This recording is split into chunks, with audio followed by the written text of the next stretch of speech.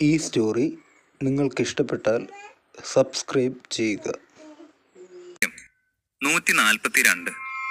അനന്തൻ ആരാണ് എന്നും എന്താണ് എന്നുമൊക്കെ അറിഞ്ഞതിന് ശേഷവും രാജീവ് വർമ്മ അവനെ വെല്ലുവിളിച്ചു. ശേഷം മാനേജർ മുരുകനോട് അവിടേക്ക് വരാൻ ആവശ്യപ്പെട്ടു. അനന്തന്റെ കോളേജിലെ പ്രിൻസിപ്പളും ടീച്ചർമാരും കുട്ടികളുമൊക്കെയാണ് അവന്റെ ഐഡന്റിറ്റി വെളിപ്പെട്ടത് കണ്ട് ഏറ്റവും അധികം ഞെട്ടി നിൽക്കുന്നത്. അവർ പരസ്പരം ഇങ്ങനെ സംസാരിച്ചു. ഞാൻ കരുതിയത് സുരഭിക്ക് അനന്തനേക്കാളും ചേരുന്നത് രാജീവ് വർമ്മയാണെന്നാ. പക്ഷെ ഇപ്പൊ കാര്യങ്ങളെല്ലാം കുഴഞ്ഞു മറിഞ്ഞല്ലോ. അതേന്നേ, കുട്ടിക്കാലത്തെ അനന്തനുമായിട്ടുള്ള വിവാഹം ഉറപ്പിച്ചു വെച്ചതാണെങ്കിൽ ഇപ്പൊ സുരഭി കാണിച്ചത് മണ്ടത്തരമായിപ്പോയി. കല്യാണത്തോടെ സുരഭിയുടെ സ്റ്റാറ്റസ് മാറുമെന്നാണ് ഞാൻ കരുതി. പക്ഷെ ഇതിപ്പോ ഇന്നത്തെ നാണക്കേട് മാറാൻ ഈ ഒരു ജന്മം മുഴുവൻ വേണം. ഞാനൊരു കാര്യം പറയട്ടെ, നമ്മൾ ഇത്രയും നാള് സുരഭിയെയാണ് താങ്ങിയത്. അവൾക്ക് അനന്തനോടുള്ള വിരോധമൊക്കെ അറിഞ്ഞ് അവളെ പ്രീതിപ്പെടുത്താൻ നമ്മൾ അവനോട് അകലം പാലിച്ചു. പക്ഷെ നമ്മൾ ഇപ്പോൾ ഭാവിയിലെ ഏറ്റവും വലിയ കോടീശ്വരന്റെ ക്ലാസ്മേറ്റ്സ് ആണ്. അനന്തനോടും കുറച്ച് അനുഭാവം കാണിച്ചു നിൽക്കുന്നതാണ് നല്ലത്. അത് ശരിയാ, പണക്കാരെ വെറുപ്പിക്കുന്നത് എന്ത് കാര്യത്തിനായാലും നല്ലതല്ല. സുരഭിയോടുള്ള വെറുപ്പ് അവൻ നമ്മളോട് ഇനി തീർത്താലോ? കുറച്ചൊന്ന് മണിയടിച്ചു നിൽക്കുന്നത് തന്നെയാണ് സേഫ്. ഇതുവരെ കമ്പനി ആയിട്ടില്ല എന്നല്ലാതെ നമ്മൾ ആരും അനന്തനെ ദ്രോഹിക്കാനൊന്നും പോയിട്ടില്ലല്ലോ. ഒന്ന് പോടേ. അനന്തൻ നല്ല ബുദ്ധിയുള്ള കൂട്ടത്തിലാ. കോളേജിൽ വന്ന കാലം മുതൽ സുരഭിയുടെ വാലായിട്ട് നടന്ന് അവനെ പരിഹസിക്കാൻ കിട്ടുന്ന ഒരവസരവും പാഴാക്കാതെ, എന്തിനേറെ പറയുന്നു, ഇവിടെ ഇപ്പൊ കുറച്ചു മുൻപ് വരെ അവനെ നമ്മളെല്ലാവരും ചേർന്ന് പരിഹസിച്ചതല്ലേ. അവനത്ര വിഡ്ഢിയൊന്നുമല്ല. നമ്മൾ ഇനി ഇളിച്ചോണ്ട് ചെല്ലുമ്പോ അത് വിശ്വസിക്കാൻ. വെറുതെ ചെന്ന് പണി വാങ്ങല്ലേ. അവന്റെ കൺവെട്ടത്ത് ചെല്ലാതെ ഇരിക്കുന്നതാണ് കുറച്ചു നാളത്തേക്ക് നല്ലത്. സുരഭിയോടുള്ള പ്രതികാരം ഇനി നമ്മളോടും കൂടി തീർത്താലോ? കുട്ടികൾ പരസ്പരം ഇങ്ങനെ പലതും ചർച്ച ചെയ്തു. ഒരു കൂട്ടം കുട്ടികൾ പണക്കാരനായ അനന്തനുമായി സൗഹൃദം സ്ഥാപിക്കുന്നതിനെ പറ്റി പ്ലാൻ ചെയ്തപ്പോൾ അല്പം കൂടി ആത്മാഭിമാനവും വ്യക്തിത്വവും ഒക്കെയുള്ള മറ്റു ചില കുട്ടികൾ ഇത്രയും അപമാനിച്ചിട്ട് ഇനി അങ്ങോട്ട് വലിഞ്ഞു കയറി ചെല്ലുന്നത് മോശമാണ് എന്ന തീരുമാനത്തിലെത്തി. ഈ സമയം ആദിത്യവർമ്മ കേട്ട വാർത്തയുടെയൊക്കെ ഞെട്ടലിൽ നിന്ന് മാറിയില്ല എങ്കിലും അയാൾ തന്റെ പതർച്ചയൊക്കെ കൺട്രോൾ ചെയ്ത് മൗനം ഭേദിക്കാൻ ഒരുങ്ങി. അയാൾ വാസുദേവനോട് ചോദിച്ചു. വാസു, ഞാൻ ഈ കേട്ടതൊക്കെ സത്യമാണോ? നിന്റെ മോനാണോ ഭാർഗവ ഗ്രൂപ്പിന്റെ പുതിയ കമ്പനിയുടെ സിഇഒ? മേദിനിധാര അവന്റെ അധീനതയിലുള്ള ബിസിനസ് ആണോ? അയാളുടെ പതറിയുള്ള ചോദ്യത്തിൽ വാസുദേവനും ഒന്ന് കുഴഞ്ഞു. അയാൾ പറഞ്ഞു, എനിക്ക് ആ വക കാര്യങ്ങളെ പറ്റി ഒന്നും പിടുത്തമില്ല. അവനോട് തന്നെ ചോദിക്കണം. അയാൾക്ക് സത്യത്തിൽ ഒന്നും അറിയില്ലായിരുന്നു. അവിടെ നിൽക്കുന്ന മറ്റുള്ളവരുടെ അവസ്ഥ തന്നെയാണ് വാസുദേവനും. അരുന്ധതിയും അതേപോലെ എല്ലാം കേട്ട് വിശ്വസിക്കണോ വേണ്ടയോ എന്നറിയാതെ നിൽക്കുകയാണ്. മറ്റുള്ളവർക്ക് ഇക്കാര്യങ്ങൾ വിശ്വസിക്കാൻ അല്പം കൂടി എളുപ്പമാണ്. കാരണം അവർക്കിത് വെറും ഒരു ചൂടുള്ള വാർത്ത മാത്രമാണ്. എന്നാൽ വാസുദേവനെയും അരുന്ധതിയെയും സംബന്ധിച്ച് അവർക്കത് അവരുടെ കുടുംബകാര്യമാണ്. അവരെ ബാധിക്കുന്ന വ്യക്തിപരമായ ഒരു രഹസ്യമാണ് ഇത്രയും ആളുകളുടെ ഒപ്പം അവരറിഞ്ഞിരിക്കുന്നത്. അതിന്റെ നടുക്കം അനന്തന്റെ അച്ഛനിൽ നിന്നും അനിയത്തിയിൽ നിന്നും അല്പം പോലും വിട്ടുമാറിയിട്ടില്ല. വാസുദേവൻ കഴിഞ്ഞ കാര്യങ്ങൾ ഓരോന്നായി ഓർത്തു. അനന്തൻ 2 വർഷം നീണ്ട കോമ സ്റ്റേജ് അതിജീവിച്ചു വന്ന ദിവസം മുതൽ അവൻ എഴുന്നേറ്റ 2-ാം ദിനം അവൻ അമ്മയുടെ ലോക്കറ്റ് തിരികെ നേടാനായി ഭാർഗവ ഗ്രൂപ്പിന്റെ തന്നെ അളകാപുരി ജുവലറിയിലേക്ക് പോയത്. അതിനുശേഷം അവർ വഴി ഡിസ്പെൻസറി തിരികെ കിട്ടിയത്. പഴയ അനന്തനിൽ നിന്നും സ്വഭാവത്തിനുണ്ടായ മാറ്റങ്ങൾ, മുൻപെപ്പോഴും തന്റെ അരികിൽ നിന്ന് മാറാത്ത കൊച്ചു കുട്ടിയായിരുന്ന അവനിൽ പെട്ടെന്ന് ഉത്തരവാദിത്തം നിറഞ്ഞു തുടങ്ങിയത്. പിന്നെ രാത്രി വൈകി എത്തുന്നത്, എവിടേക്കാണ് പോകുന്നത് എന്ന് പോലും വീട്ടിൽ ആരെയും അറിയിക്കാതെയുള്ള സഞ്ചാരങ്ങൾ. അതിൽ ചിലത് ദിവസങ്ങളോളം നീളും. പിന്നെ ഏറ്റവും അവസാനമായി പുതിയ കാറും ബംഗ്ലാവും. അങ്ങനെ അനന്തന്റെ ഓരോ മാറ്റവും ഒപ്പം ഭാർഗവ ഗ്രൂപ്പിലെ ആളുകൾക്ക് അവനുമായി ഉണ്ടാകുന്ന അതിര് കവിഞ്ഞ ബന്ധവുമൊക്കെ അവന്റെ ഈ സിഇഒ സ്ഥാനത്തിലേക്കുള്ള വളർച്ചയെയാണ് ചൂണ്ടുന്നതെന്ന് അയാൾ ഓർത്തു. ഇപ്പോൾ അയാൾക്ക് കുറച്ചൊക്കെ യാഥാർത്ഥ്യം ഉൾക്കൊള്ളാനാവുന്നുണ്ട്. പക്ഷേ ആദിത്യവർമ്മയ്ക്ക് വാസുദേവന്റെയും അരുന്ധതിയുടെയും ഈ അവസ്ഥയൊന്നും അറിയില്ലല്ലോ. അയാൾ കരുതിയത് എനിക്കൊന്നും അറിയില്ല, വേണമെങ്കിൽ പോയി അന്വേഷിക്ക് എന്ന ഭാവത്തിൽ മകൻ തന്നെ ചോദ്യം നിരസിച്ചതാണെന്നാണ്. അയാൾ അപമാനിതനായി സ്വയം നനച്ചുകൊണ്ട് വാസുദേവനോട് കയർത്തു. നിനക്കൊന്നും അറിയില്ലെന്നോ? എന്താ, നീ എന്നെ പരിഹസിക്കാണോ? സത്യം പറ, അനന്തൻ ഞങ്ങളെ വെറുതെ കളിപ്പിക്കുന്നതാണോ അതോ അതിലെന്തെങ്കിലും കാര്യമുണ്ടോ? അയാളുടെ സ്വരത്തിൽ കാർക്കശ്യം നിറഞ്ഞു. വാസുദേവൻ തന്റെ മകന്റെ കാര്യത്തിലുള്ള ഞെട്ടലിൽ നിൽക്കുന്നത് കൊണ്ട് തന്നെ അയാളോട് എന്ത് പറയണമെന്ന പിടിയില്ലായിരുന്നു. അച്ഛൻ വാക്കുകൾ കിട്ടാതെ നിൽക്കുന്നത് കണ്ട് അനന്തൻ സംസാരിച്ചു. അച്ഛൻ തന്നെ മറുപടി പറയണമെന്ന് നിർബന്ധമൊന്നുമില്ലല്ലോ തനിക്ക്. മറുപടി ഞാൻ തന്നാലും പോരെ? തന്റെ അവസ്ഥയ്ക്കുള്ള വ്യക്തമായ മറുപടി ഞാൻ തന്നെ തരാം. എന്റെ പ്രിയപ്പെട്ട മുത്തശ്ശ, നിങ്ങൾ എന്നെയും അച്ഛനെയും അന്ന് തറവാട്ടിൽ നിന്ന് ഇറക്കി വിട്ട് വാക്കുകൾ കൊണ്ട് ബന്ധം മുറിച്ച് മാറ്റിയില്ലേ? അന്ന് നിങ്ങൾ ചെയ്തത് നിങ്ങളുടെ ജീവിതത്തിലെ ഏറ്റവും വലിയ തെറ്റും മണ്ടത്തരവുമാണ്. ഇപ്പോൾ ഞാനും നിങ്ങളും തമ്മിൽ യാതൊരു ബന്ധവുമില്ല. അതുകൊണ്ട് തന്നെ എന്റെ ഈ വളർച്ച കൊണ്ട് നിങ്ങളുടെ തറവാടിന് യാതൊരു ഗുണവും ഉണ്ടാകാൻ പോകുന്നില്ല. നിങ്ങൾക്ക് പണത്തോടുള്ള ആർത്തി എനിക്ക് വളരെ നന്നായി അറിയാം. അതുകൊണ്ട് തന്നെ എനിക്കിപ്പോൾ നിങ്ങളോട് സഹതാപവും തോന്നുന്നുണ്ട്. വളരെ നല്ലൊരു അവസരമാണല്ലോ നിങ്ങൾ കളഞ്ഞു കുളിച്ചത്. ആ പോട്ടെ, മനുഷ്യര് കാലക്കേട് പിടിച്ച സമയം വരുമ്പോ ഇങ്ങനെ പല അവിവേകവും കാണിച്ചെന്നിരിക്കും. പിന്നീട് അത് പറഞ്ഞ് ദുഃഖിച്ചിട്ട് എന്താ കാര്യമല്ലേ മുത്തശ്ശ? അനന്തന്റെ ഓരോ വാക്കുകളും തന്നെ പരിഹസിക്കാൻ വേണ്ടിയാണെന്ന് മനസ്സിലായ മുത്തശ്ശന് കലി കയറി. അയാൾ അവന് നേരെ പല്ലിറുമിക്കൊണ്ട് വിരൽ ചൂണ്ടി അലറി. നിന്നെ ഞാൻ... അയാളെ പൂർണ്ണമായും അവഗണിച്ചുകൊണ്ട് അനന്തൻ സുരഭിയുടെ നേർക്ക് ചെന്നു. നിന്നെപ്പോലെയുള്ളവരെ ചവറുകൂനയിലേക്ക് വലിച്ചെറിയുന്നതാണ് സ്വയം ചീഞ്ഞു നാറി ജീവിക്കുന്നതിനേക്കാൾ നല്ലതെന്ന് എനിക്ക് വൈകിയാ മനസ്സിലായി. പക്ഷെ ഒരു കാര്യത്തില് എനിക്ക് നിന്നോട് നന്ദിയുണ്ട്. എനിക്ക് ഈ തിരിച്ചറിവ് വരുന്നതിന് മുൻപ് തന്നെ നീ എന്നെ വിട്ടുപോയി. ഒരുപക്ഷെ നീ സ്വയം ഒഴിഞ്ഞു പോയില്ലായിരുന്നുവെങ്കിൽ എന്റെ ജീവിതം വേസ്റ്റായി പോയേനെ. നിന്നെ ജീവിതകാലം മുഴുവൻ ചുമക്കേണ്ടി വരുന്നത് എനിക്ക് ഓർക്കാൻ കൂടി വയ്യ. ഇത് കേട്ട സുരഭി അപമാനം കൊണ്ട് നീറി. അവൾ അവനോട് ചാടിക്കടിച്ചു. അനന്ത, നീ ജനിച്ചതും വളർന്നതും ഒക്കെ ഈ തറവാട്ടി തന്നെയല്ലേ? ഒരു പ്രായം വരെ നീ തിന്നു കൊഴുത്തതും പഠിച്ചതും എല്ലാം. ഇപ്പോ അല്പന ഐശ്വര്യം വന്ന പോലെ 4 കാശ് ഉണ്ടാക്കിയിട്ട് വന്ന് ഇങ്ങനെ ഡയലോഗ് അടിക്കാൻ നാണമില്ലല്ലോ നിനക്ക്? വന്ന വഴി മറക്കരുത് അനന്ത. ഈ തറവാട്ടിലെ ഉപ്പും ചോറും തന്നെയാണ് നിന്റെ ഈ തടി. അതുകൊണ്ട് നീ വാക്കുകൾ സൂക്ഷിച്ചുപയോഗിക്കണം. നന്ദികേട് കാട്ടിയ ദൈവം വിടില്ല നിന്നെ. ഒരാള് പെട്ടെന്ന് പണക്കാരനാവുന്നതിനേക്കാൾ എളുപ്പമാണ് അയാൾക്കെല്ലാം നഷ്ടപ്പെടാൻ. അഹങ്കാരം കാണിക്കുന്നതിന് മുൻപേ അത് മനസ്സിൽ വെച്ചോ നീ. സുരഭി കലി കയറി അത്രയും പറഞ്ഞു തീരുമ്പോഴേക്കും നന്നേ കിതച്ചു പോയിരുന്നു. ഇത് കേട്ട അനന്തൻ ഒട്ടും സംയമനം കൈവിടാതെ മുഖത്ത് ഒരു പുഞ്ചിരിയുമായി അവളെ നോക്കി നിന്നു. താൻ ഇത്രയും പറഞ്ഞിട്ടും അവനിൽ യാതൊരു ഭാവമാറ്റവും ഇല്ല എന്ന് കണ്ട് അവൾക്ക് ഭ്രാന്ത് പിടിച്ചു. അവളുടെ മുഖത്ത് മിന്നിമറയുന്ന അസ്വസ്ഥതയും അമർഷവും കണ്ട് അനന്തൻ ചിരിച്ചുകൊണ്ട് അവളോട് പറഞ്ഞു. 3 മാസം മുൻപല്ലേ നീ എനിക്ക് 5 ലക്ഷം രൂപ തന്നേ? എന്നിട്ട് അന്ന് നീ എന്താ പറഞ്ഞേ? ആ കാശും വാങ്ങി നിന്റെ കല്യാണത്തിന് വന്ന് എല്ലാവരുടെയും മുന്നിൽ മുട്ടുകുത്തി നിന്ന് മാപ്പ് പറയണമെന്നല്ലേ? പിന്നെ വരുമ്പോ വലിയ വലിയ സമ്മാനങ്ങളും കൊണ്ട് വേണം വരാനെന്നും നീ പറഞ്ഞിരുന്നു. അന്ന് നീ ഇത്രയും പ്രതീക്ഷിച്ച് കാണില്ല. എങ്ങനെയുണ്ട് എന്റെ ഈ ഗിഫ്റ്റ്? നിന്റെ കല്യാണ ദിവസം ബാക്കി എല്ലാവരുടെയും സമ്മാനങ്ങൾ നീ മറന്നാലും എന്റെ ഈ സമ്മാനം നീ ഒരിക്കലും മറക്കില്ല, അല്ലേ സുരഭി? അവളെ നോക്കി പുച്ഛത്തോടെ അത്രയും ചോദിച്ച ശേഷം അവൻ ബാക്കിയുള്ള അതിഥികളെയൊക്കെ നോക്കി ഉച്ചത്തിൽ വിളിച്ചു പറഞ്ഞു.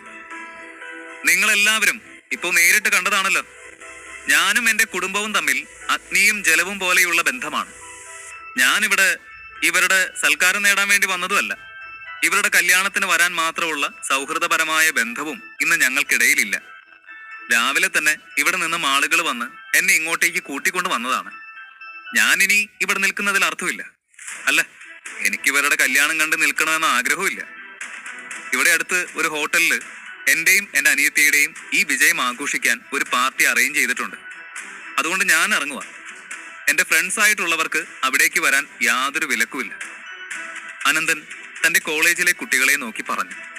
അതും പറഞ്ഞ് അനന്തൻ അവിടെ നിന്ന് ഇറങ്ങിയതിന്റെ തൊട്ട് പിന്നാലെ ഭാർഗവനും പല്ലവിയും അവിടെ നിന്നിറങ്ങി.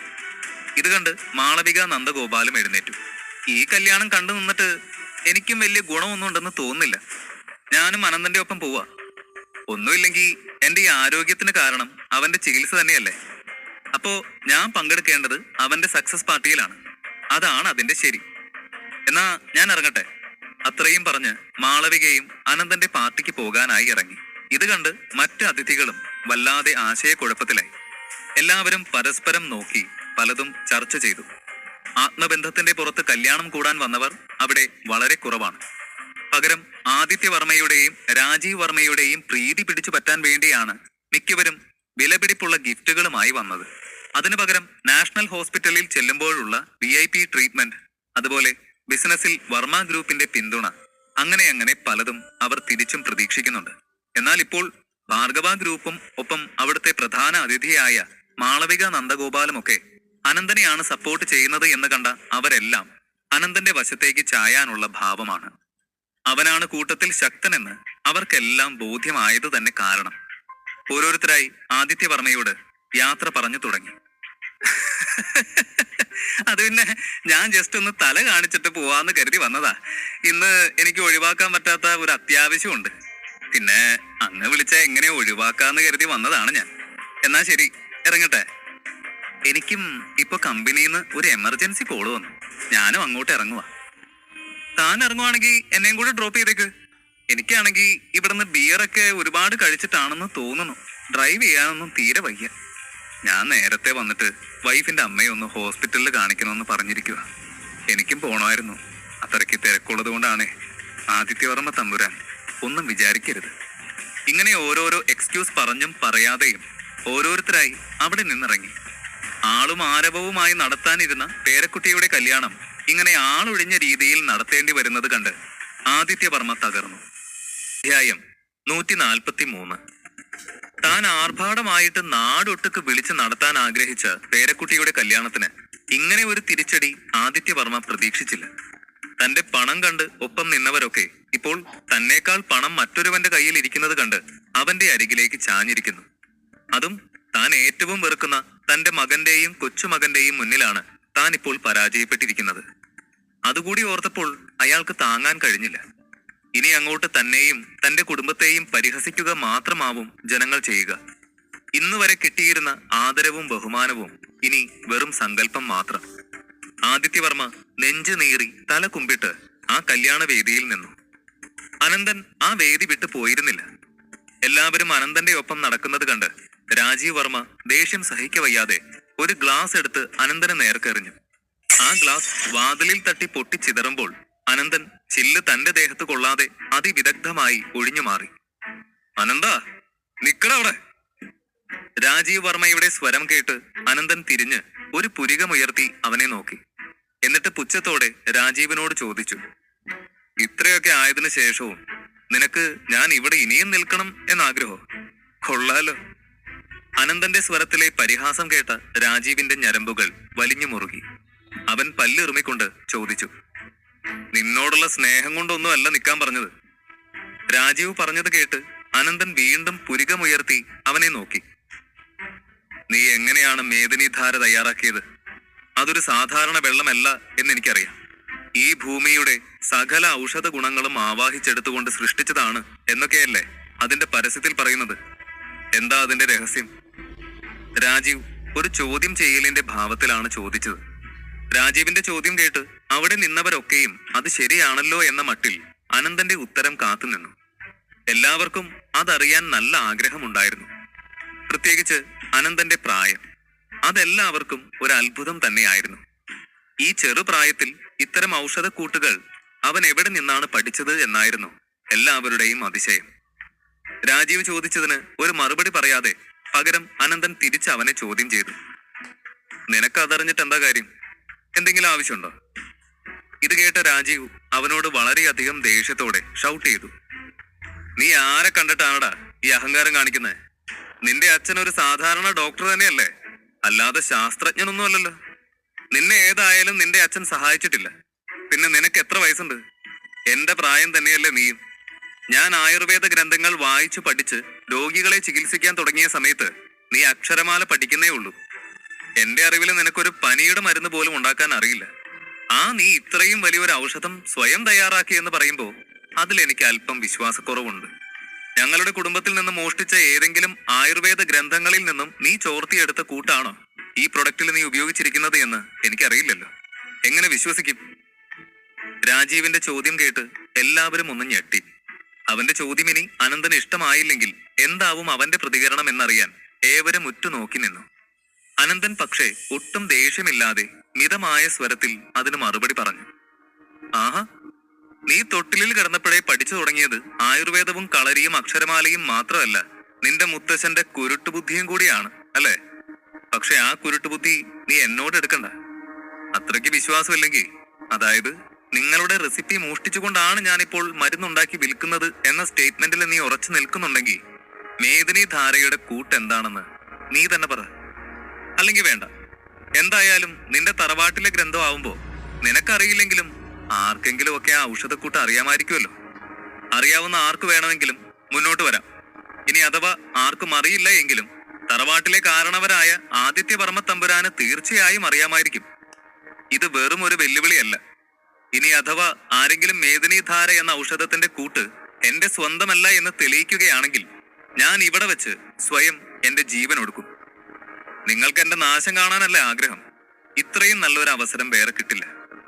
വരൂ, അറിയാവുന്ന ആര് വേണമെങ്കിലും മുന്നോട്ട് വന്ന് മരുന്നിന്റെ കൂട്ട് പറയും. ഇത് കേട്ട രാജീവ് വർമ്മ ഒരു നിഗൂഢമായ പുഞ്ചിരിയോടെ പറഞ്ഞു, എനിക്ക് നിന്റെ രഹസ്യക്കൂട്ടൊന്നും അറിയില്ല. പക്ഷെ നീ ഇത്രയും മഹത്തായ ഒരു ഔഷധം സ്വയം ഉണ്ടാക്കില്ല എന്ന് എനിക്ക് ഉറപ്പാണ്. അത് നിന്റെ സ്വന്തമാണെന്ന് തെളിയിക്കേണ്ടത് നിന്റെ ആവശ്യമാണ്. ഇത് കേട്ട് അനന്തൻ പൊട്ടിച്ചിരിച്ചു. നീ നിന്റെ അച്ഛനേക്കാളും മിടുക്കനാണല്ലോടാ. അനന്തന്റെ സംസാരം കേട്ട് രാജീവ് വർമ്മയ്ക്ക് ദേഷ്യം വന്നു. അവൻ പറഞ്ഞു, സ്റ്റോപ്പ് ദ നോൺസെൻസ്. നീ നിന്റെ കാത് കൂർപ്പിച്ച് കേട്ടോ. ഞങ്ങളുടെ ആയുർവേദ ഗ്രന്ഥത്തിൽ നിന്ന് മോഷ്ടിച്ച ആ മരുന്ന് അത് ഞങ്ങൾക്ക് അവകാശപ്പെട്ടതാ.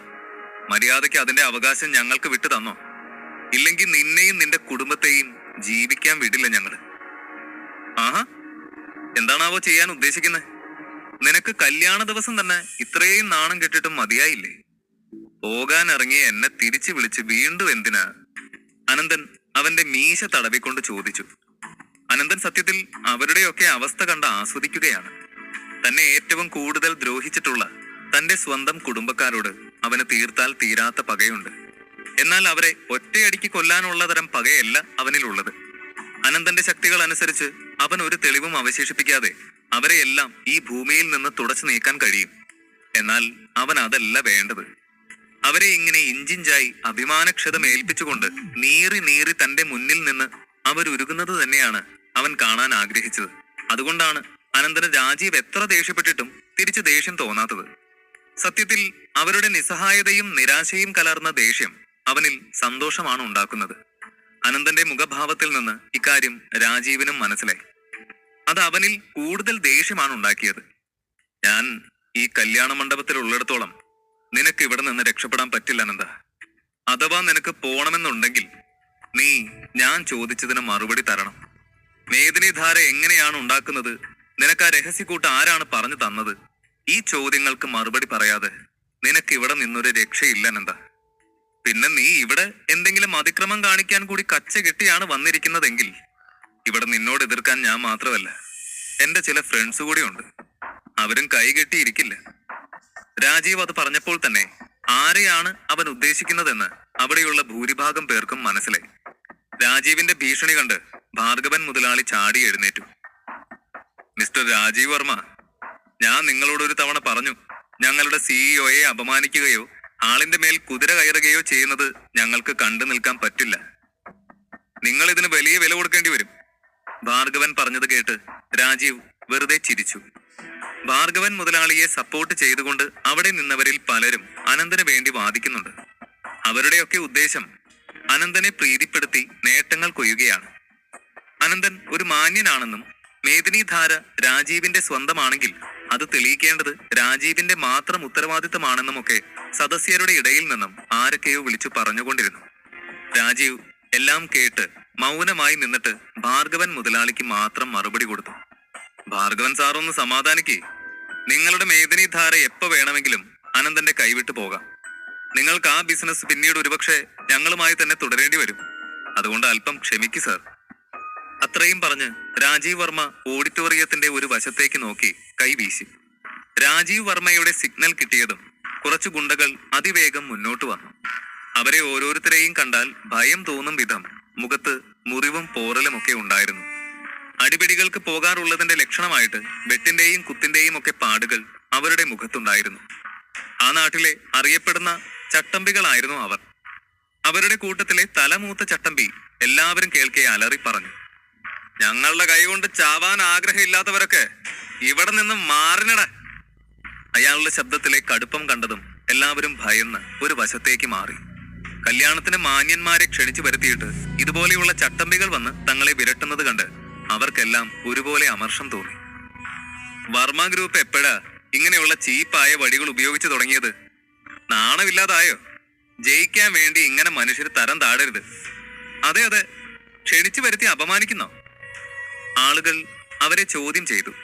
സത്യത്തിൽ ഈ അവസ്ഥ കണ്ട് ആദിത്യവർമ്മയും ചന്ദ്രദാസും സുരഭിയും എല്ലാം ഭയന്നുപോയി. അവരിൽ ആരും തന്നെ രാജീവ് ഇങ്ങനെ തരം താഴ്ന്ന കളി കളിക്കും എന്ന് കരുതിയില്ല.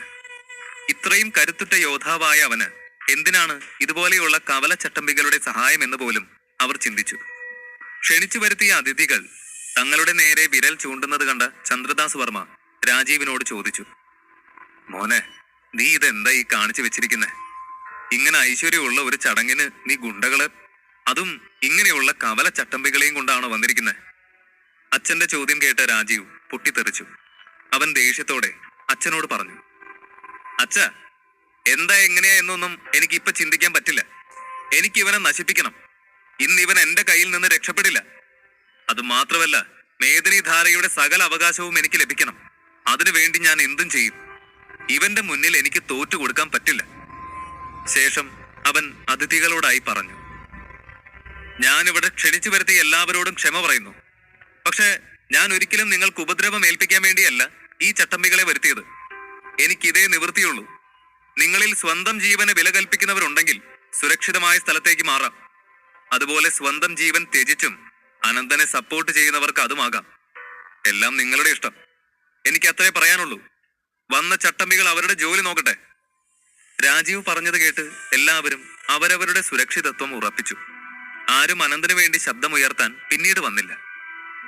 അനന്ത, ഞാൻ അവസാനമായിട്ട് ചോദിക്കാം, നീ ഞാൻ ചോദിച്ചതിന് ഉത്തരം പറയുന്നുണ്ടോ ഇല്ലയോ? രാജീവിന്റെ ചോദ്യം കേട്ട് അനന്തൻ ഒന്ന് ചിരിച്ചു. നീ എന്താടാ കരുതി? ഞാൻ ഈ ഗുണ്ടകളെ കാണുമ്പോ ഭയന്ന് മറുപടി പറഞ്ഞിട്ട് ഓടുവന്നോ? ഞാനും എന്തിനും തയ്യാറായി തന്നെയാണ് വന്നത്. അത്രയും പറഞ്ഞുകൊണ്ട് അനന്തൻ ആരെയോ ഫോൺ എടുത്ത് വിളിച്ചു. 144. രാജീവ് തനിക്കെതിരെ ചട്ടമ്പികളെ ഇറക്കിയത് കണ്ട് അനന്തൻ ശാന്തമായ ഭാവത്തിൽ ഫോൺ എടുത്ത് ആരെയോ വിളിച്ചു. മറുതലയ്ക്കൽ ഫോൺ എടുത്തു എന്ന് മനസ്സിലായതും അനന്തൻ പറഞ്ഞു, ഇങ്ങകത്തേക്ക് വാ. 10 സെക്കൻഡിനകം ഒരു വലിയ ഒച്ച ഓഡിറ്റോറിയത്തിന്റെ വാതിലിൽ കേട്ടു. വാതിൽക്കൽ നിന്ന ഒരു സെക്യൂരിറ്റി അകത്തേക്ക് തെറിച്ചു വീഴുന്നത് എല്ലാവരും കണ്ടു. ആരാണ് അയാളെ തൊഴിച്ച് തെറിപ്പിച്ചതെന്ന് എല്ലാവരും പുറത്തേക്ക് എത്തി നോക്കി. ഒരു തടിച്ച മനുഷ്യൻ നെഞ്ചും വിരിച്ചു നിൽക്കുന്നത് കണ്ട് അവരെല്ലാം നെറ്റി ചുളിച്ച് പരസ്പരം നോക്കി. അരയിൽ ഒരു വാളുമായി അകത്തേക്ക് നടന്നു വരുന്ന അയാൾ എത്ര ശക്തിമാനായ യോദ്ധാവാണെന്ന് ഒറ്റ നോട്ടത്തിൽ തന്നെ എല്ലാവർക്കും അറിയാം. അയാളുടെ വാൾ ഉറയിലാണ് എങ്കിലും അതൊരു ഭീകര കാഴ്ച പോലെ കാണുന്നവർക്ക് തോന്നി. അനന്തൻ അയാളെ കണ്ട് നിറഞ്ഞ പുഞ്ചിരി പൊഴിച്ചു. അത് മറ്റാരുമായിരുന്നില്ല, അനന്തന്റെ സന്തത സഹചാരിയായ ജഗൻ തന്നെയാണ് ഇപ്പോൾ അവിടേക്ക് കടന്നു വന്നിരിക്കുന്നത്. അനന്തന്റെ ഒരു വിളിക്ക് വേണ്ടി കാതോർത്ത് കല്യാണ മണ്ഡപത്തിന്റെ പരിസരത്ത് തന്നെ ചുറ്റിക്കറങ്ങുകയായിരുന്നു അവൻ.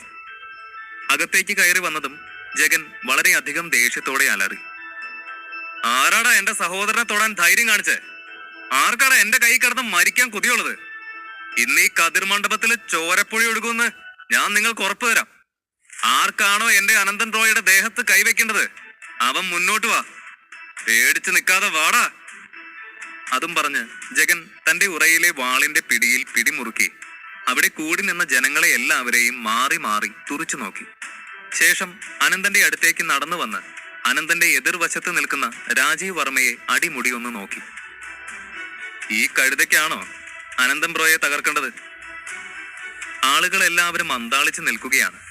അവർക്ക് ജഗന്റെ ആ വരവും ഉറയിലെ വാളും നെഞ്ചും വിരിച്ചുള്ള നടത്തവും ആരെയും കൂസാതെയുള്ള ഈ ഒരു സംസാരവും ഒക്കെ കണ്ട് അവനൊരു മികച്ച യോദ്ധാവാണ് എന്ന് ഉറപ്പായി കഴിഞ്ഞു. അനന്തൻ ഇവിടെ നടക്കാൻ പോകുന്ന കാര്യങ്ങളെല്ലാം മുൻകൂട്ടി കണ്ട് ഇങ്ങനെ ഒരു വീരനെയും ഒപ്പം കൊണ്ടാണ് വന്നിരിക്കുന്നതെന്നത് അവർക്ക് ഒരു അത്ഭുതം തന്നെയായിരുന്നു. ജഗൻ കൂടി വന്നു കഴിഞ്ഞപ്പോൾ അന്തരീക്ഷം വളരെ രൗദ്രപൂർണമായി മാറി. ഒരു വശത്ത് രാജീവ് വർമ്മ ഏർപ്പാടാക്കിയ ചട്ടമ്പികളും മറുവശത്ത് ജഗനും പിന്നെ അപമാന ഭാരത്താൽ അനന്തനെ കൊല്ലാനുള്ള പകയോടെ ജ്വലിക്കുന്ന രാജീവ് വർമ്മയും ശാന്തമായ മുഖഭാവത്തിൽ അനന്തനും. പിന്നെ ഇതെല്ലാം കണ്ട് നെഞ്ചിടിപ്പോടെ സുരഭിയും അവളുടെ വീട്ടുകാരും. ജഗനെ കണ്ടതും രാജീവ് മനസ്സിൽ ചിലത് കണക്കുകൂട്ടി. അനന്തൻ ഇങ്ങനെ ഒരാളെ ഒപ്പം കൂട്ടിയിട്ടുണ്ട് എന്നറിഞ്ഞപ്പോൾ രാജീവ് ഒന്ന് ഞെട്ടിയെങ്കിലും അവന് ഭയം തെല്ലും തോന്നിയില്ല. അവൻ മനസ്സിൽ പറഞ്ഞു, ഇന്ന് അനന്തൻ ഇവിടെ നിന്ന് ജയിച്ചു മടങ്ങിയാൽ താൻ പിന്നീട് ജീവിച്ചിരുന്നിട്ട് കാര്യമില്ല. താൻ അതിശ്രേഷ്ഠനായ യോദ്ധാവാണ്. താൻ വിളിച്ചു വരുത്തിയ ചട്ടമ്പികൾക്ക് ഈ തടിയനെ തോൽപ്പിക്കാൻ പറ്റിയില്ല എങ്കിലും തനിക്കതിന് തീർച്ചയായും കഴിയും. ഇയാളെ ഒതുക്കിയാൽ അതോടെ തീരും അനന്തന്റെ നെകളിപ്പ്. പണ്ടും അവന്റെ പോരാട്ട വീര്യം എത്രയാണെന്ന് തനിക്കറിയാമല്ലോ. കുഞ്ഞിലെ കളരിത്തറയിലെ മണ്ണ് പലതവണ തീറ്റിച്ചിട്ടുണ്ട് താൻ അവനെ. അതുകൊണ്ട് തന്നെ ഇന്ന് അനന്തനെ എന്ത് വില കൊടുത്തും ഒതുക്കിയേ മതിയാകൂ. അങ്ങനെ ചെയ്താൽ മേദിനി ധാര എന്നേക്കുമായി തനിക്ക് സ്വന്തമാക്കാം. രാജീവ് വർമ്മ ഇത്രയും കണക്കുകൂട്ടൽ നടത്തിക്കൊണ്ട് മുന്നിൽ നിൽക്കുന്ന തന്റെ ചട്ടമ്പികളോട് ഉറക്കെ വിളിച്ചു പറഞ്ഞു, എന്താ താനൊക്കെ ഇങ്ങനെ നോക്കി നിൽക്കുന്നേ? ആർക്ക് വേണ്ടിയാ കാക്കുന്നത്? അവനെ അടിച്ച് താഴെയിട്. പക്ഷേ ആരെയും കൂസാത്ത, ഭയത്തിന്റെ നേരിയ ലാഞ്ചന പോലും ഇല്ലാത്ത ആ ചട്ടമ്പികളുടെ മുഖങ്ങളിൽ ജഗൻ കടന്നു വന്നതിന് ശേഷം അല്പം ഭയം നിറയുന്നത് രാജീവ് തിരിച്ചറിഞ്ഞു. ആ ചട്ടമ്പികളുടെ തലവൻ പോലും മെല്ലെ ആൾക്കൂട്ടത്തിനിടയിലേക്ക് വലിയാൻ ശ്രമിച്ചു. അയാളാണ് അവരുടെ തലവനെന്ന് രൂപത്തിലും ഭാവത്തിലും നിന്ന് മനസ്സിലാക്കി ജഗൻ അയാളുടെ നേരെ അലറി, നീയാണല്ലടാ ഈ ഊച്ചാളി ഗുണ്ടകളുടെ നേതാവ്. നിനക്കാണല്ലേ എന്റെ സഹോദരനെ ഉപദ്രവിക്കേണ്ടത്. നിനക്ക് ചാവാൻ നേരമായെന്ന് നീ ഉറപ്പിച്ചോ? ആദ്യം ആ ചട്ടമ്പികളുടെ വിരട്ട് കേട്ട് ഭയന്ന് പോയവരെല്ലാം ഇപ്പോൾ അയാളുടെ മുഖത്ത് ജഗനെ കണ്ട ശേഷമുള്ള ഭയം കണ്ട് മൂക്കത്ത് വിരൽ വെച്ചുപോയി. അയാളെപ്പോലെ ഒരു തലമൂത്ത ചട്ടമ്പിയുടെ ഭയം അവർക്ക് വളരെയധികം അതിശയകരം തന്നെയായിരുന്നു. ജഗനെ കണ്ടതും ചട്ടമ്പി തലവൻ ഒരു ജാള്യത നിറഞ്ഞ ചിരിയോടെ തല ചൊറിഞ്ഞുകൊണ്ട് പറഞ്ഞു, കാളിയാർ മഠത്തെ കുഞ്ഞോ, അവിടുന്ന് എന്താ ഇവിടെ? എനിക്കിവിടെ ആരെയും തല്ലണോ എന്നും കൊല്ലണോ എന്നും ഒന്നുമില്ല. എനിക്ക് തോന്നുന്നത് അങ്ങേക്ക് എന്തെങ്കിലും തെറ്റിദ്ധാരണ ഉണ്ടായിട്ടുണ്ട് എന്നാണ്. അയാളത് പറഞ്ഞു തീർന്നതും ജഗൻ അയാളുടെ ഒരേ കവിളിൽ തന്നെ 2 വട്ടം ശക്തിയായി അടിച്ചു. ശേഷം അയാളുടെ മുടിയിൽ ഞെരുക്കെ പിടിച്ചുകൊണ്ട് ചോദിച്ചു, തെറ്റിദ്ധാരണയോ? താൻ ആരെയാടോ പൊട്ടം കളിപ്പിക്കാൻ നോക്കുന്നത്? ഈ എന്നെയോ? വേല തന്റെ കയ്യിലിരിക്കട്ടെ. ഞാൻ തന്റെ നാടകം കാണാൻ വേണ്ടി വന്നതല്ല ഇവിടെ, മനസ്സിലായോ? മുട്ടുകൂത്തിയിരിക്കണോ നിലത്ത്. അതും പറഞ്ഞ് ജഗൻ അയാളെ വലിച്ച് നിലത്തേക്കിട്ടു. എന്നോട് ക്ഷമിക്കണേ, എനിക്കൊരു അബദ്ധം പറ്റിപ്പോയി. അങ്ങേക്ക് വേണ്ടപ്പെട്ട ആളാണെന്ന് ഞാൻ അറിഞ്ഞില്ല. അയാൾ മുട്ടുകുത്തി നിന്ന് കൈകൂപ്പി അപേക്ഷിച്ചു. പറയടോ, ഇവിടെ എന്താ നടക്കുന്നത്? ആരാ തനിക്ക് കൊട്ടേഷൻ തന്നത്? ചോദിച്ചത് കേട്ടില്ലേ? ജീവൻ വേണമെങ്കിൽ പറയാൻ. അതോ തനിക്ക് ഇപ്പോഴും കൊട്ടേഷൻ തന്നവനോടാണോ കൂറ്? അനന്തനെ ഉപദ്രവിക്കണമെന്ന് തനിക്ക് ഇപ്പോഴും മനസ്സിലുണ്ടോ? ജഗൻ അയാളുടെ നേർക്കാലറി. ജഗന്റെ അലർച്ചയിൽ ശരിക്കും പതറിപ്പോയി ആ ചട്ടമ്പി തലവൻ. അയാൾ വിറച്ചുകൊണ്ട് മറുപടി പറഞ്ഞു, ഇല്ല ഇല്ല, ഞാൻ പറഞ്ഞല്ലോ, ആളറിയാതെ ചെയ്തു പോയതാണെന്ന്. ഞങ്ങൾ ഒരു പ്രത്യേക സാഹചര്യത്തിലാണ് ഇവിടെ എത്തിയത്. അതെന്താന്ന് വെച്ചാ ഞങ്ങൾക്ക് മുൻപ് കിട്ടിയ കൊട്ടേഷന്റെ കരാർ ഞങ്ങൾക്ക് ലംഘിക്കേണ്ടി വന്നു. അതിനെ തുടർന്ന് ഞങ്ങൾക്ക് ഒരുപാട് കാശ് ആവശ്യമായി വന്നു. വേറെ വഴിയൊന്നും ഇല്ലായിരുന്നു. അതാ ഇവിടെ ഈ ജോലി കിട്ടിയതും എടുത്തു ചാടി ഞങ്ങൾ ഇവിടേക്ക് വന്നത്. അല്ലെങ്കിൽ ഞങ്ങൾ ആരാ എന്താ എന്നൊക്കെ വിശദമായി അന്വേഷിച്ചിട്ടേ വരുമായിരുന്നുള്ളൂ. ഇത്തവണ എന്നോട് പൊറുക്കണം. എനിക്ക് അവിടുത്തെ സഹോദരനെ കൊല്ലണം എന്നൊന്നും യാതൊരു ആഗ്രഹവുമില്ല, അയാൾ ആവർത്തിച്ചു പറഞ്ഞു. ജഗൻ ഇത് കേട്ട് ദേഷ്യത്തോടെ അയാളുടെ മുടിയിൽ പിടിച്ചു വലിച്ച് തറയിലേക്ക് തള്ളി. ശേഷം അനന്തനോട് വന്ന് പറഞ്ഞു, സോറി അനന്തൻറോ, ചെറുതായി ഹാൻഡിൽ ചെയ്യാനാണ് പറഞ്ഞിരുന്നത് എന്നെനിക്ക് ഓർമ്മയുണ്ട്. പക്ഷെ ഞാൻ ഇറങ്ങിയ കാര്യങ്ങൾ എന്റെ കൈവിട്ടു പോകും. ഇത്രയും നേരം ചട്ടമ്പി തലവനെ വിറപ്പിച്ച അതിശക്തനായ പോരാളി കാളിയാർ മഠം ജഗന്നാഥൻ തന്റെ മുന്നിൽ വെറും കുട്ടികളെ പോലെ നിഷ്കളങ്കമായി ചിരിച്ച് സംസാരിക്കുന്നത് കണ്ട് അനന്തനും ചിരി വന്നു. ജഗൻ ഇത്രയും കുട്ടിത്തം നിറഞ്ഞ ഭാവത്തിൽ തന്നോട് സംസാരിക്കുമ്പോഴും ആളുകൾ അവനെ ഭയം വിട്ടുമാറാതെ നോക്കുന്നുണ്ട്. ശരി ശരി, ആർക്കേലും എന്തെങ്കിലും പറ്റിയ അതിന്റെ ഉത്തരവാദിത്വം കൂടി നീ തന്നെ ഏറ്റെടുത്തോണം, അനന്തൻ അവനെ കളിയാക്കി പറഞ്ഞു. ഇത് കേട്ട രാജീവ് വർമ്മ ദേഷ്യത്തോടെ അവർ 2 ആളോടും പറഞ്ഞു, നിനക്കൊക്കെ കളിതമാശ. എന്നാൽ ഞാൻ കാര്യമായിട്ട് തന്നെ പറയാ, എന്റെ ആൾക്കാർക്ക് എന്തെങ്കിലും പറ്റിയ നിന്നെയൊക്കെ കൊണ്ട് തന്നെ ഞാൻ അതിന്റെ സമാധാനം പറയിപ്പിക്കും. അല്പം ദയൊക്കെ ആവാം. അയാൾ ജഗനോട് അങ്ങനെ പറഞ്ഞുവെങ്കിലും അവൻ ഏർപ്പാടാക്കിയ ചട്ടമ്പികളോട് തെല്ലും അനുകമ്പ അവന്റെ മനസ്സിലില്ലായിരുന്നു. അവൻ ആ നിലത്ത് വീണ് കിടക്കുന്ന ചട്ടമ്പി തലവനെ നോക്കി പുച്ഛത്തോടെ പറഞ്ഞു, കാൽകാശിന് കൊള്ളാത്ത ജന്മങ്ങള്. പേര് കേട്ട ചട്ടമ്പികളാണത്രേ. അനന്തൻ നിന്റെയൊക്കെ ശത്രുവാണെന്ന് പറഞ്ഞല്ലേ ഇങ്ങോട്ടേക്ക് വന്നത്. എന്നിട്ട് ഇവിടെ വന്നപ്പോ നീയൊക്കെ എന്നെ ചതിച്ചു. ഇനി നിങ്ങൾ അനന്തന്റെ കയ്യിൽ നിന്ന് കാശ് വാങ്ങിച്ചിട്ടാണോടോ ഇങ്ങോട്ടേക്ക് കെട്ടിയെടുത്ത്? അങ്ങനെ എങ്ങാനും ആണെങ്കിൽ നീയൊക്കെ വിവരം അറിയും. ആഹാ, എന്നെ കളിപ്പിക്കാനായോ? രാജീവ് പറഞ്ഞത് കേട്ട് ചട്ടമ്പി തലവൻ അപമാനം താങ്ങാൻ വയ്യാതെ ദേഷ്യം കൊണ്ട് വിറച്ചു. ജഗന്റെ മുന്നിൽ അടിയറവ് പറഞ്ഞുവെങ്കിലും അയാൾ ഒരിക്കലും ഒരു മോശം ചട്ടമ്പിയല്ല. അയാൾ തന്റെ കൂട്ടത്തിൽ ഏറ്റവും നല്ല പോരാളി തന്നെയാണ്. എന്നിട്ടും ഇങ്ങനെ പറയുന്നത് കേട്ടിരിക്കേണ്ട കാര്യമില്ല എന്ന് ചിന്തിച്ച് അയാൾ രാജീവ് വർമ്മയോട് തിരികെ പൊട്ടിത്തെറിച്ചു. എടോ രാജീവ് വർമ്മ, താൻ തന്റെ അഹങ്കാരം എന്നോട് കാണിക്കണ്ട. നീ വന്ന് താണ് വണങ്ങി പറഞ്ഞിട്ടാ ഞാൻ ഇങ്ങോട്ടേക്ക് വന്നത്. താൻ എന്നോട് പറഞ്ഞിട്ടില്ലായിരുന്നു ഇദ്ദേഹം ഇത്രയും വലിയ ആളാണെന്ന്. ഞങ്ങൾ ആളും തരവും നോക്കിയേ കയ്യൂക്ക് കാണിക്കാറുള്ളൂ. തല കുനിക്കേണ്ടവരുടെ മുന്നിൽ തല കുനിക്കുകയും ബഹുമാനിക്കേണ്ടവരെ ബഹുമാനിക്കുകയും ചെയ്യും. നീ ഞങ്ങളെ കുടുക്കാൻ നോക്കിയതാണെങ്കിൽ ഞങ്ങൾ ഒരിക്കലും നിന്നെ വെറുതെ വിടില്ല.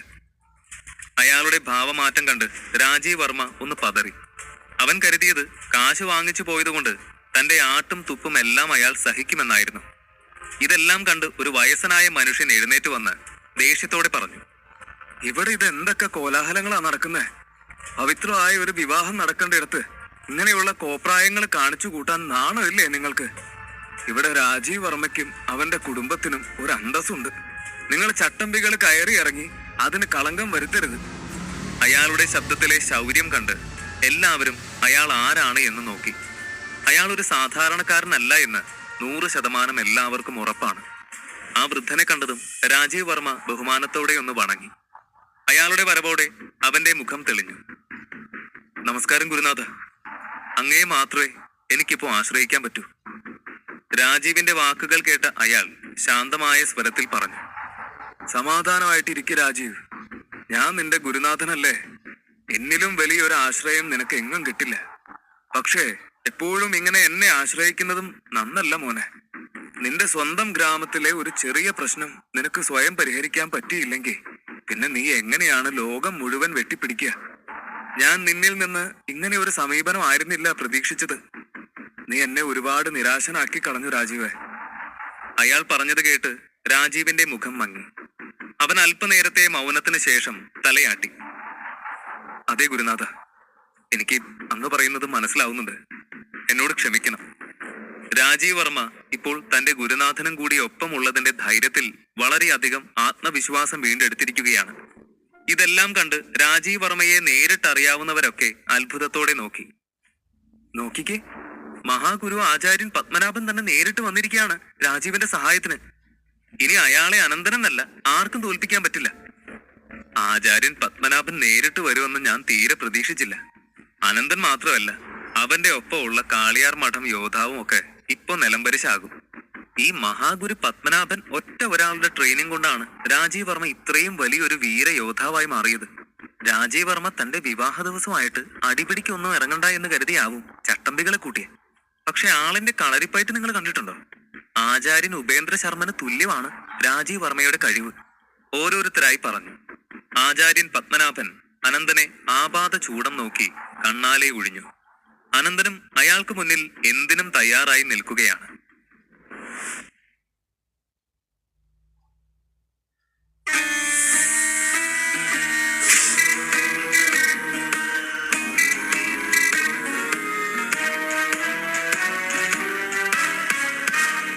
അധ്യായം 145. ആളുകളുടെ പരസ്പരമുള്ള ചർച്ചകളൊക്കെ കേട്ട് അനന്തൻ ശാന്തമായി ആചാര്യൻ പത്മനാഭന്റെ മുന്നിൽ കൈകെട്ടി നിന്നു. അനന്തന് അയാളെ പരിചയമുണ്ട്. അന്ന് യൂണിവേഴ്സിറ്റി എക്സാം തീർന്ന ദിവസം അനന്തനും രാജീവും നേർക്കുനേർ വെല്ലുവിളിയുമായി കൂടിയിട്ട് അന്ന് കാറിൽ നിന്നും രാജീവ് വർമ്മയെ തടഞ്ഞ മനുഷ്യൻ, കളരിപ്പയറ്റ് ആർട്സ് ആൻഡ് യൂണിവേഴ്സിറ്റിയിലെ എല്ലാമായ മഹാഗുരു ആചാര്യൻ പത്മനാഭൻ. പക്ഷേ അനന്തന് തെല്ലും സങ്കോചം തോന്നിയില്ല. കാരണം ആചാര്യൻ ബ്രഹ്മദത്തനെ വരെ നിഷ്പ്രയാസം തകർത്ത അനന്തന് ഇയാളൊരു പ്രശ്നമേ ആയിരുന്നില്ലല്ലോ. അനന്തൻ സമാധാനപൂർണമായ ശബ്ദത്തിൽ അയാളോട് ചോദിച്ചു, എന്റെ പ്രശ്നത്തില് നിങ്ങൾക്ക് ഇടയ്ക്ക് കയറേണ്ട ആവശ്യം ഉണ്ടായിരുന്നോ?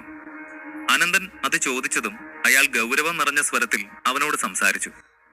നീ പേടിക്കണ്ട, ഞാൻ എന്റെ ഗുരുനാഥന്മാർ പറഞ്ഞു തന്ന നിയമങ്ങളെല്ലാം പാലിക്കും. അതുകൊണ്ട് തന്നെ നിന്നെ ഞാൻ ആക്രമിക്കില്ല. അതോർത്ത് നീ ഭയക്കണ്ട.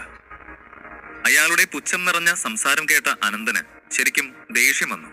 അവൻ അയാളോട് പറഞ്ഞു, എന്നോടുള്ള സഹതാപത്തിന്റെ പുറത്താണോ നിങ്ങൾ ഫൈറ്റ് ചെയ്യില്ല എന്ന് പറഞ്ഞ്?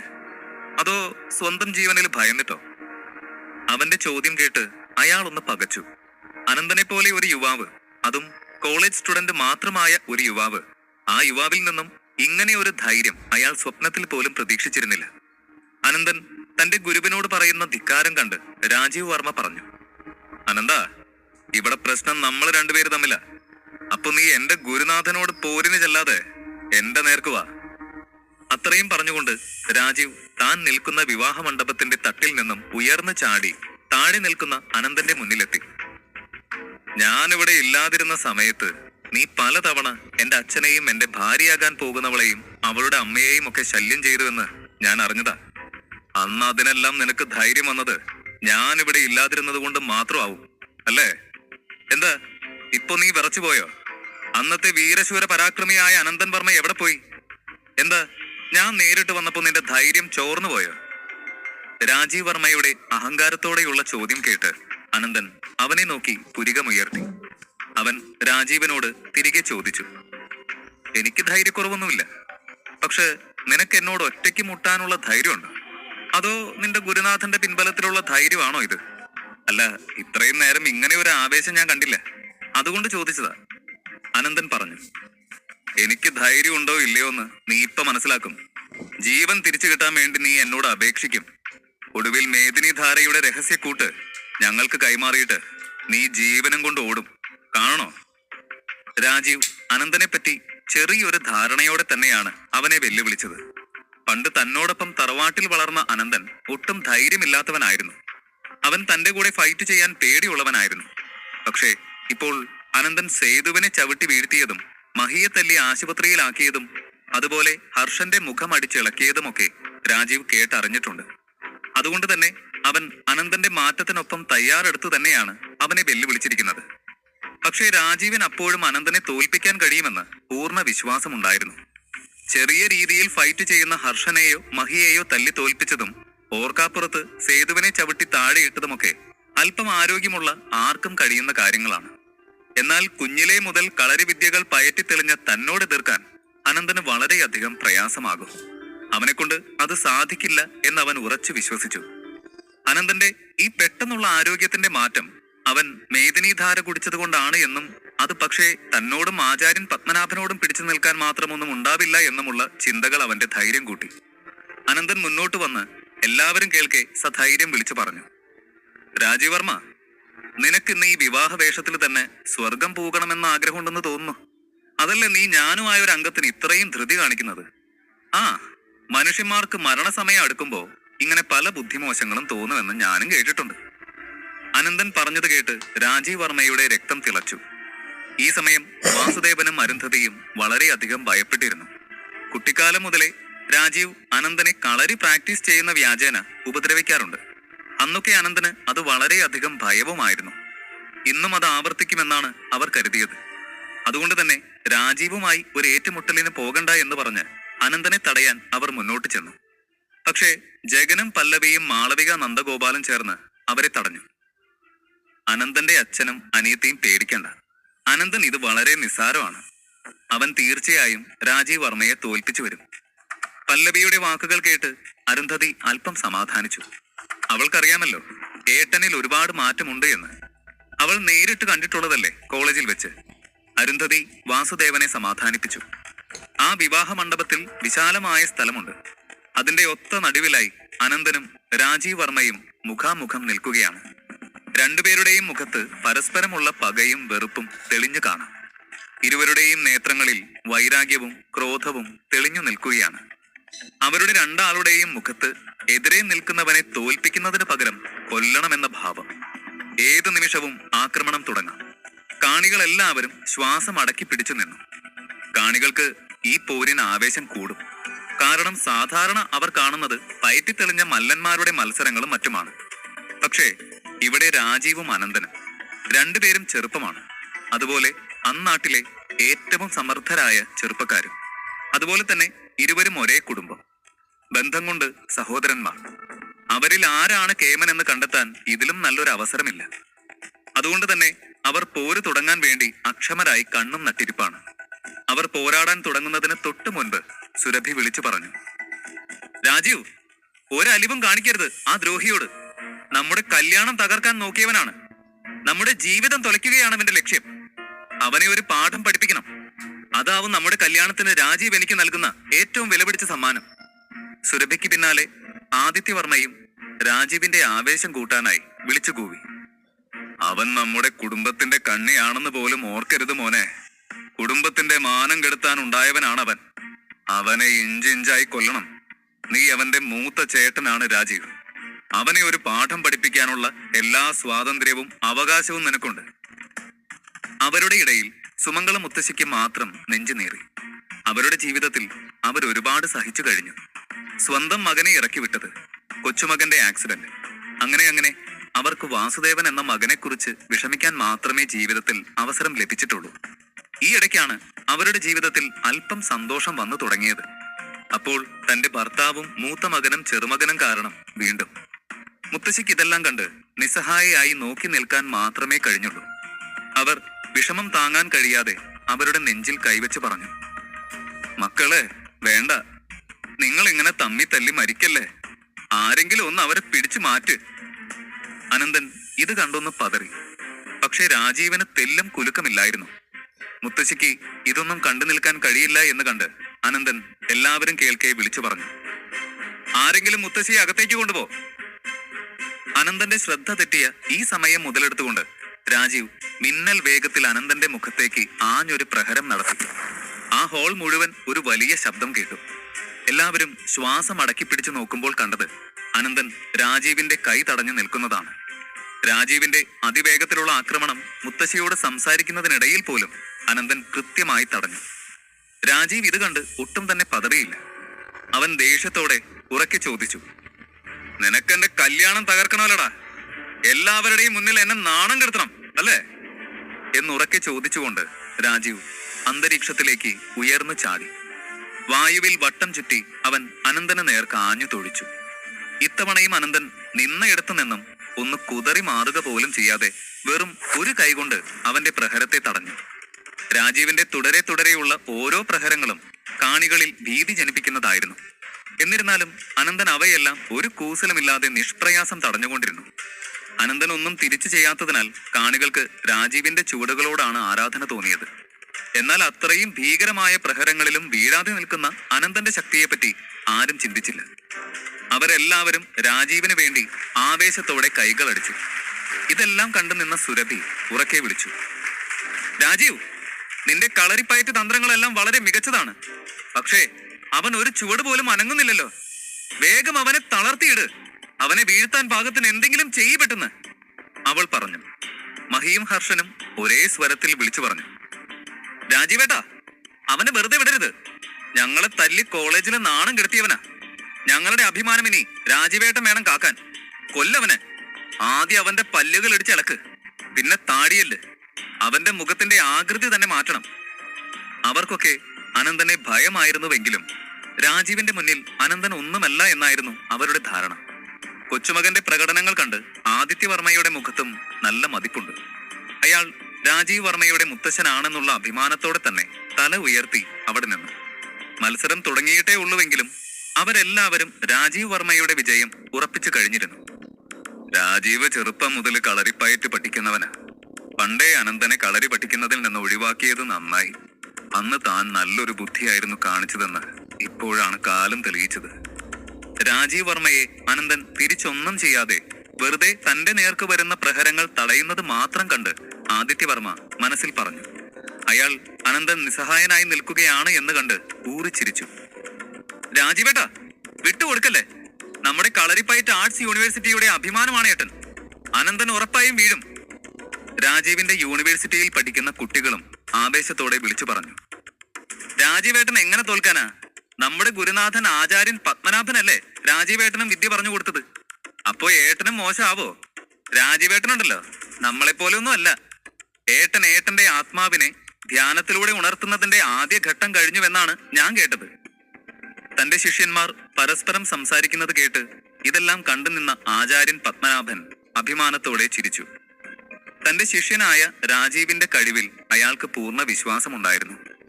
എന്നാലും ഇത്രയും നേരമായിട്ടും അനന്തൻ എന്തുകൊണ്ടാണ് വീഴാത്തത് എന്ന ചിന്ത അയാളുടെ സ്വസ്ഥത കെടുത്തി. അധ്യായം 146.